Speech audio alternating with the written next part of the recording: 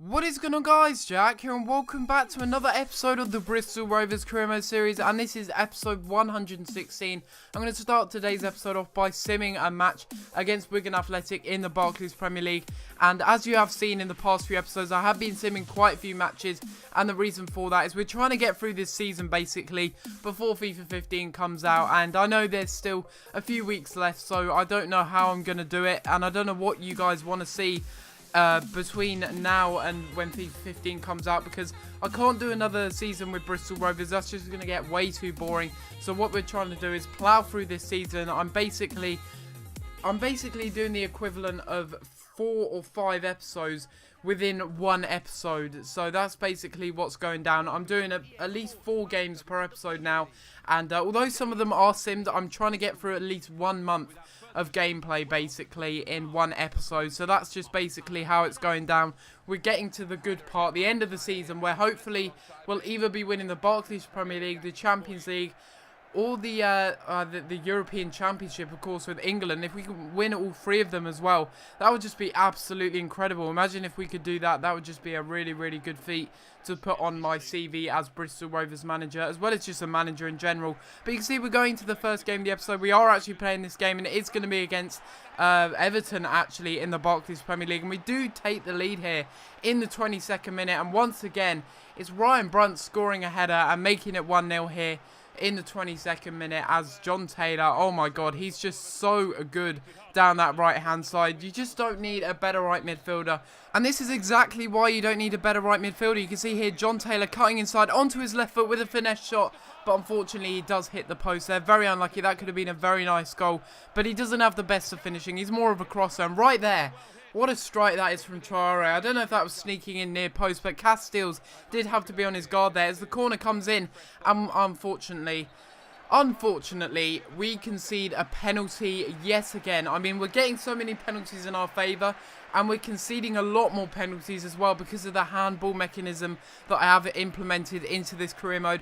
And I do think it makes the games a little bit more interesting, as you know, there's more highlights basically and a lot more to show. But you can see here Lassina Traore is standing over the spot. Will he convert this penalty? We'll have to wait and see. Casteels is on his line. I'm very bad at saving penalties. Will he score it? He stutters, but he misses the penalty from the spot. Lassina Traore, what a golden chance that was. And even if he did put it to the right, I'm pretty sure Casteels would have saved that, because for once I did actually go the right way, and Lassina Traore misses a golden chance to level up the game here for Everton, and that would really cost them, as in the 77th minute here, John Taylor goes through. He tries to have a shot from long range with his left foot, and it deflects all the way to Ryan Brunt, who has a shot, and somehow I have no idea how that fell to him. But what an undeserved and scrappy goal that was from Ryan Brunt, and getting his second goal in the game there to make it 2-0, and that was definitely game over for Everton. They were just completely outdone in this game. I mean, they were very unlucky, you could put it that way, but we were very lucky. I mean, that deflected goal there from Ryan Brunt in the 78th minute, that's just the definition of luck on this game. The ball bounces and deflects into his path, and I was just basically spamming B, just hoping that it would actually fall to him. It actually did fall to him, and we managed to score. So Ryan Brunt is on absolute fire, as he always is every single season, and he's just the starlet of this series. Absolutely fantastic stuff from Ryan Brunt. As we go into the next game of the episode against Arsenal in the FA Cup, I do believe this is. And yes, this is very important for us to win, as this is the quarterfinals now, I do believe. So if we win this, then we've got a really good chance of actually winning the FA Cup. We've already been cheated out of the Capital One Cup by Arsenal, so this would be their chance to get a double over us in the Cup. And I have to say, Arsenal have one of the most changed sides in the Barclays Premier League. Hardly any, I think maybe 3 or 4 of their players there are actually from the Arsenal first team in real life at the moment. So that's quite interesting to see.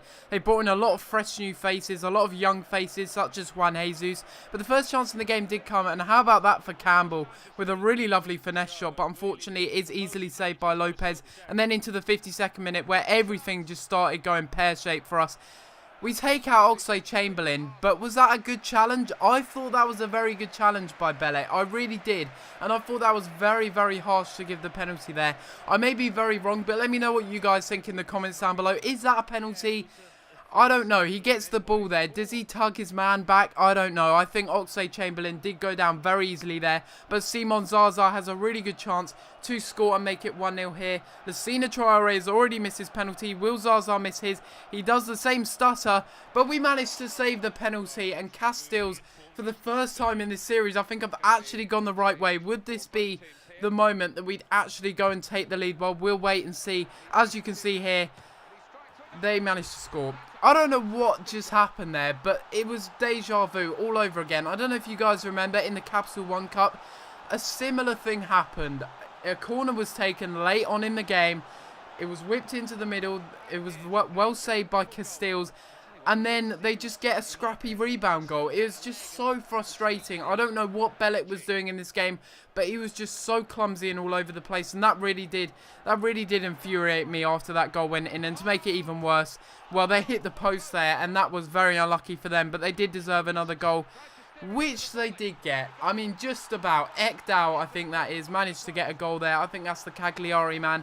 And it's interesting to see that he's in an Arsenal shirt. But he makes it 2-0 there. Coming off the woodwork and then coming back into play. Walcott passes it back across goal.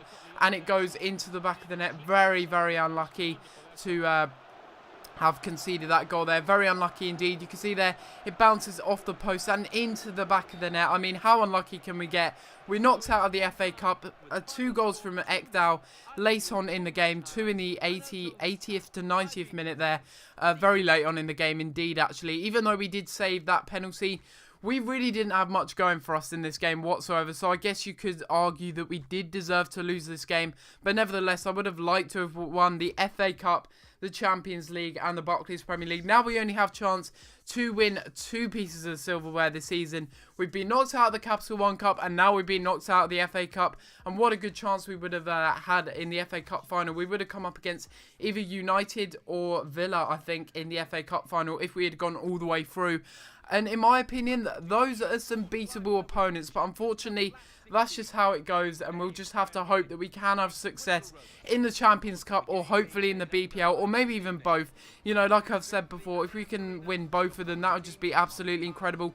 As we go into this match in the round of 16 against Bayern Munich, we won the first leg 1-0. So we've got the away goal advantage, I do believe. Or maybe we don't, I'm not sure. But in this match, I was playing 5-4-1. Would it work out for me or would it not? Well, we'll have to wait and see as we go into this game. And you can see the main highlight in this game was half-time, actually, because I was playing 5 at the back. They weren't creating many chances, and I was basically just passing it around the back. I don't know how on earth people use 5 at the back formations. You can see there, I'm going with a 5-4-1 formation with Fina up front, and it really wasn't working for me whatsoever. Those were the main highlights in the game. Half-time and the end of the game, but it doesn't matter because we're through on aggregate score as we draw against Bayern Munich here at the Allianz Arena. But it doesn't matter because we are through, as you saw there, on aggregate, and we are going to be playing Manchester United, I do believe, in the quarterfinals, or is it the semi-finals? I'm not sure. I think it's the quarters, and they actually also drew. So you can see there we are going to be playing Manchester United in the next round of the Champions Cup. And that'll just be really good if we can manage to beat them. That would be absolutely fantastic. But it does mean that we're either going to be facing up against Chelsea, not Chelsea, PSG or another team as we go ahead and sim these last few EC qualifiers against Ireland and Turkey respectively. But you can see there that we do draw this game against Ireland, and you can see that Hughes is actually on the bench for Ireland there, and I'm wondering if Hughes is one of the reasons why Ireland are in second place in this group stage at the moment, because you would have thought that Turkey would have done pretty good as they batter us here 3-1, and you would have thought that they would have been the team that would have gone through. But you can see there, Ireland did go through just on 1 point, and we were through on 16 points, only losing 2 games, which is absolutely fantastic. And this is going to be the end of the episode, guys. So hopefully you have enjoyed. If you have, please be sure to leave a like on the video and subscribe if you haven't already. If you want another episode of Career Mode tomorrow, then please be sure to leave a like on the video. If we can hit over 40 likes, then I will upload another episode of Career Mode tomorrow. We win this game 1-0, and that is definitely going to be the end of the episode, guys. So hopefully you have enjoyed. Subscribe if you're new, but other than that, guys, I'm going to have to leave it there, and I'll see you next time for another video. Thanks for watching.